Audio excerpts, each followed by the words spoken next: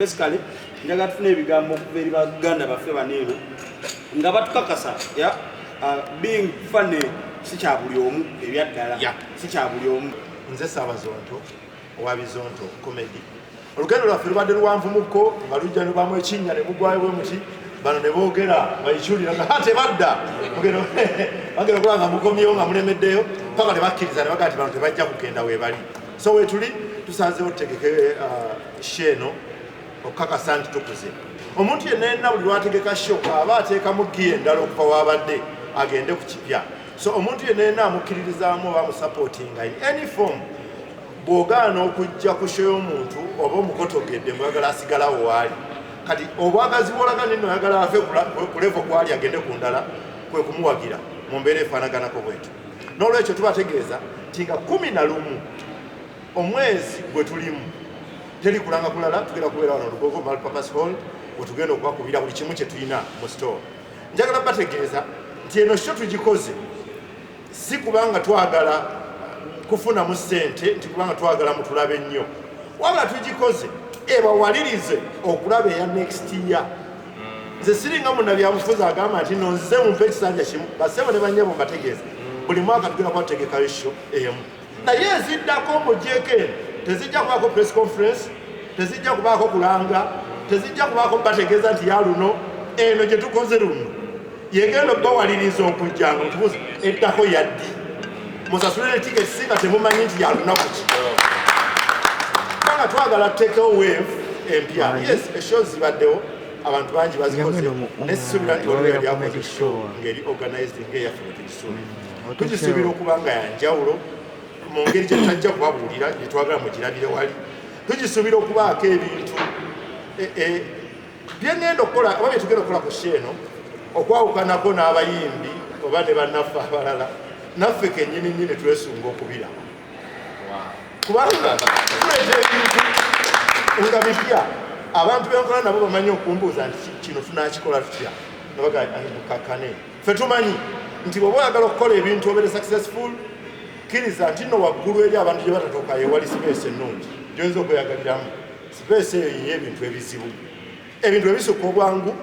biba byangu era buli muntu byakola kati ffe katukole ebizibu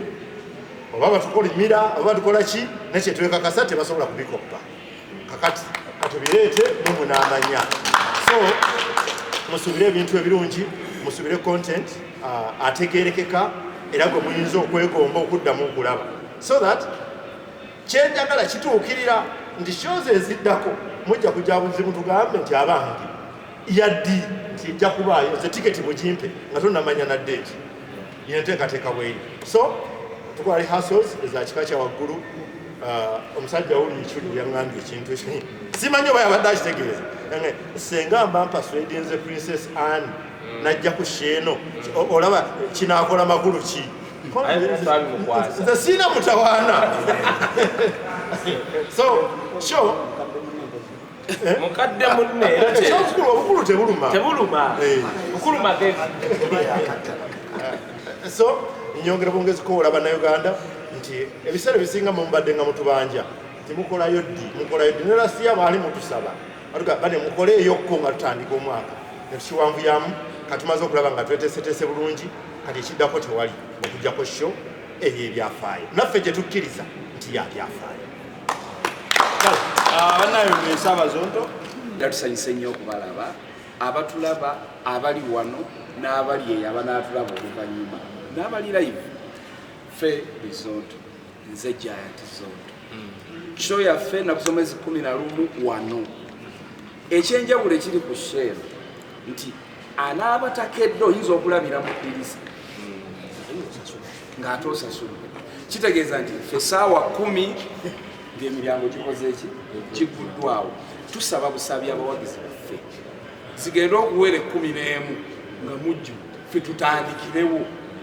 Ekyenjawulo nti ku luno twagala kyusaamu omuntu bw'aba akuwerekeddeko kati nga bwe tulina bakomediyani bannaffe abatuwerekeddeko n'abayimbi ate si yakulembera gwe gwe bawerekera gwokola ki kitegeeza gwoba omanyi gye mulaga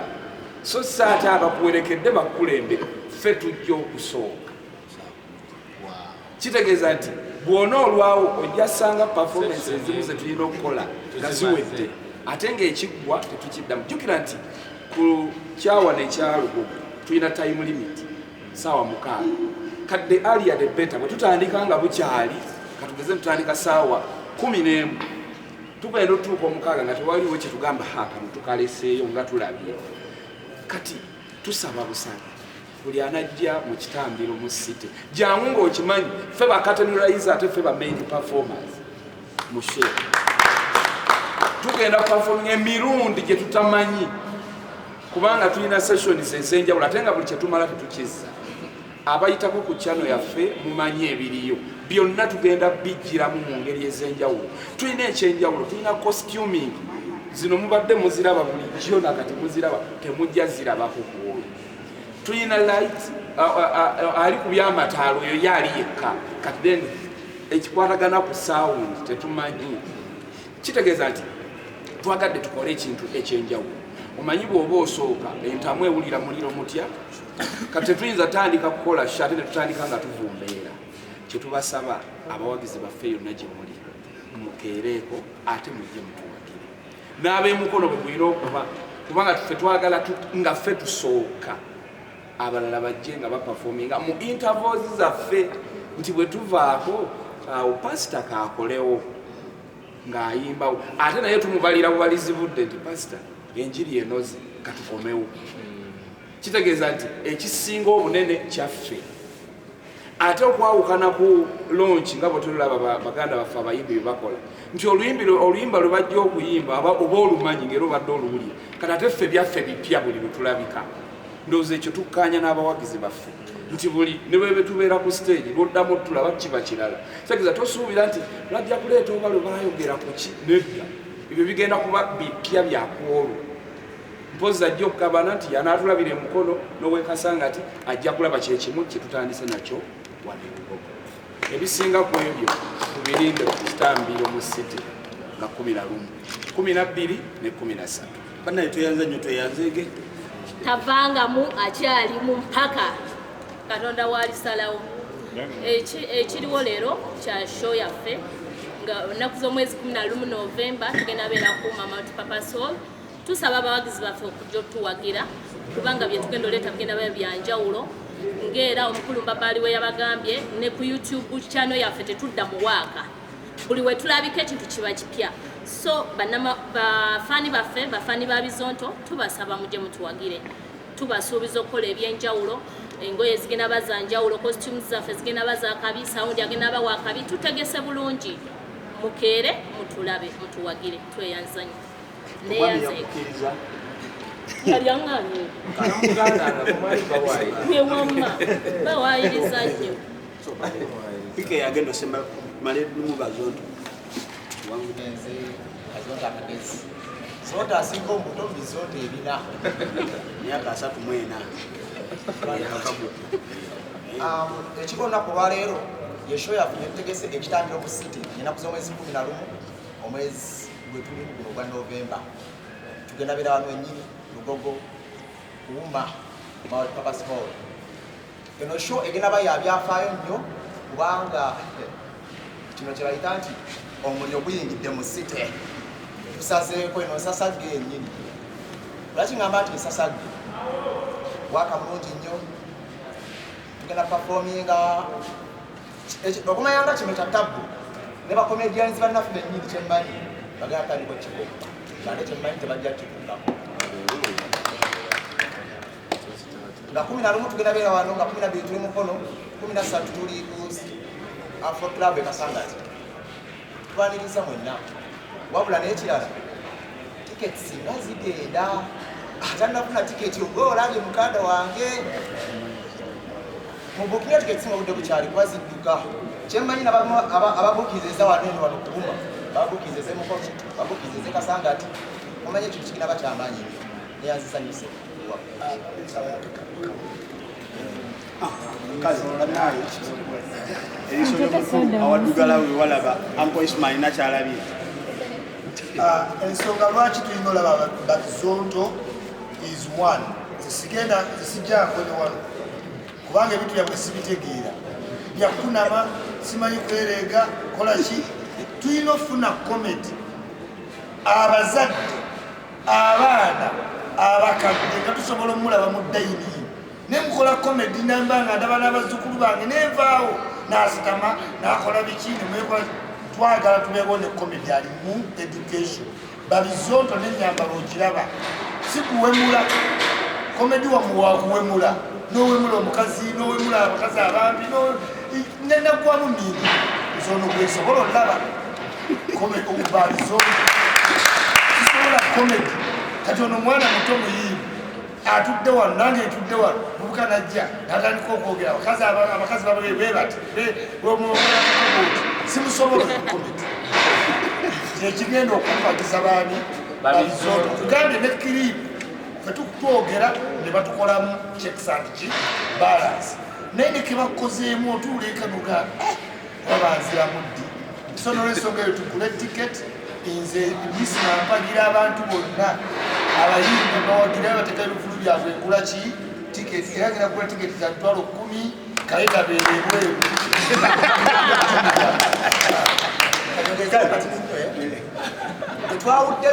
tetwawudde byabufuzi mu madiini mwena mwena tweyanzege kitabu amanya ganze kaye wisdom tano omulalo eyakulira ku mato mutali mazineserera kabulijjo mbaga twava erengo isinga ntingira Buganda tuli bana basabasajja kabaka now nze kyankomezaawo nabadde na appearance zange mu Cape Town naye nga nina okubeera ne gundi ne babizonto wano nga 11 tukole preparation bulungi tubawe ekintu ekiri backed bulungi mwekamba buli ekintu kimu on the serious notice njagala mbule group wano mu Kampala ze twasigaliza nga osolo gisasula emitwalo 2 oba 5 nojja nosekesa wanga 3 namba okujja kuba bizonto kubuli ebyaddala creativity yali yagwa fe tukulidde wano tugenzengako ku national theatre ng'osobola okola groups ezimu ezaali ezakabi ng'oyingira bwoti n'osasula n'ogwako ne stress naye kakati mu Uganda weeyongedde ogenda okulya nti omukyala asse omwami because tetuyina that place wosobola kugenda n'ogamba kati ndaba eno group egenda kunsesa tuddeyo ewaka nga mubutuufu tuzaala buzaazi nga tutegeera kati bw'ojja mu bizonto oba omanyi nti no nze wadde nayombye ne mukyala wange oba mukyala wange yanyiigidde naye ngenda kuddayo ku mitwalo 2 gye tusasudde wano oba 5 naye ng'aba tukozeemu omulimu ogw'okukola ki ogw'okudda obujja njagala okukubira ng'akazina tekannanvaako njagala okukoowoola mukwano gwange minisita wa justice chairman Mao president Mao nti nze ngenda okuleeta ebbaluwa yo ojja olabeko ku basajja bano abasesa nga comedy age entertaining nga Bob Wine watugamba njagala okukoowoola abakulu of course sijja it's automatic no come on yo it's automatic naye kaga oloba njagala okukoowoola first daughter Natasha ojja osekeko pastor Patience tujja tusekeko nga tuseka busasi nga bana basajja batutwala muki mu bire nga batulaga Uganda empya through comedy namuna Uganda yenna ali eyo njagala ojjenga ozize kusasula naye ng'omanyi nti kino kyenzizeemu wano kuwagira kubanga kakati tugenda ne twegomba Abanigeria naye Abanigeria balina fan base bawagira nze mbadde South Africa ng'omuntu asobola okungamba kaye kankukima ojje tulyemu emmere ne mugamba musajja emmere nagireseeyo n'obufise obuluusi ntera butisindikira ichuli nzikuta sisobola kulinnya ennyonyi n'enzija wannonga nti otwala ku mmere gamba njangu nkuwe ku ssente emmere giwe ichuli e Uganda gimusindikire kakati tuwagira abantu baffe nga Abanigeria bawagira abantu babwe through money wojja okulaba bizonto nkiddamu waliwo kye bayita entertainment nti oyiga nga wooseka kitegereka bannange waliwo ababayita kwaya nga kiringa ekyerujeregerero naye teri muyimbi mu nsi yonna majority 90% bayise mu machurches 95% abayimbi abasinga obwaka bigendo banoonyereze ku Maria Kale bani bayitako mu zikwaya you cannot be a fool waliwo omukyala bamuyita yagambye bwati nedda yagambye mu America eyo n'agamba nti omuyimbi yenna bwe bateeka mu autotune atuyambe bambi agenda akole ku mirimu gya kati nga olaba state council wano ng'omuyimbi ye yagambye oli muyimbi nti omuyimbi yenna gwe bateeka mu autotune ave mu entertainment agenda akole mu state council abantu bano balaba baddira ne bateeka music mu kuyimba ng'obatunudde booti ne boogera ngo batunuulidde. It's a combination woba tunya boti olabira ddala nti they are full entertainers, they are full artists nga tebalina kibanja. So tujje tubagire nga 11 teweekwasa Katonda tugenda kuba naye nga 11 n'emikisa gyonna tugenda kuba nagyo nga 11. Tuyanza nyo tuyanze kayo wisdom chuma kya kwogera. Oba oyagala tujje eggulu oba tujje wali Galuga eno ekwaya yemanyi okukusesa waŋŋamba Sebatta ani Kafeero ne obaani waliwo abayimbi basatu be yaŋŋamba nammwe mumusesa sebo gendo sale tukwaniriza muzeeyi ku kyo eyakabi bw'oba tojje omanye engeri gy'okolamu n'oteekawo kamera n'olabira gy'oli muzeeyi antiza ezo miliyoni 10 kubanga content obanga akagamba special so nkwaniriza. Yes, Natasha mujja kumpa egundi kadi yako twali wali nze njisa wali wa patience ku church nti muwajjana be ku bintu bino omanyi babeereyo nga babala balwa kubanga kati Natasha aludde twakoma kuseka ku treke yalabanga gogola atubuga n'agamba is this serious twali nyo olusozi ne tubuga gogolo ne muzeeyi kati njagala Natasha bambi jangu osekeko patience bako mu kanisa lekera okwogera ko Yesu jangu kati ogenda musanga wano ojose kako mozi kati ebyeruwa byabadde byaruwa jangu koko wano kakati tosobola genda aruwa nga musente tukulaba bulabinga muvi kakati ate bwe kijja the ghetto gladiator principle Bobby Wine so jangu wano ogenda mwitanga soloneka yamwe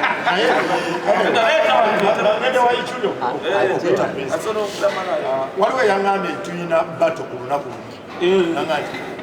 mukimanyi nti nno muyina bato konze etya nti waliwo omujamaika wano waliwo omunigeria wano nammwe wakati mugenda kuswaza Uganda kati ekisigala eri olunaku olwaleero ati ng'ekyenkya kale olunaku olwaleero banaye bajukiza nga 11 tuli wano kyenjaga okubategeeza kiri kimu katono nti okuyingira wallahi bilayi talayi tubasaliddeko tugenda bbe emitwalo 2 era abalala batumbuto muko tugenda bbeera emitwalo 5 then bwe tunava wano nga 12 tugenda genda wali ku Summer Gardens emikono era zijja kuba 12 following day nga 13 jja beera kwa Afronica Club ekasangati.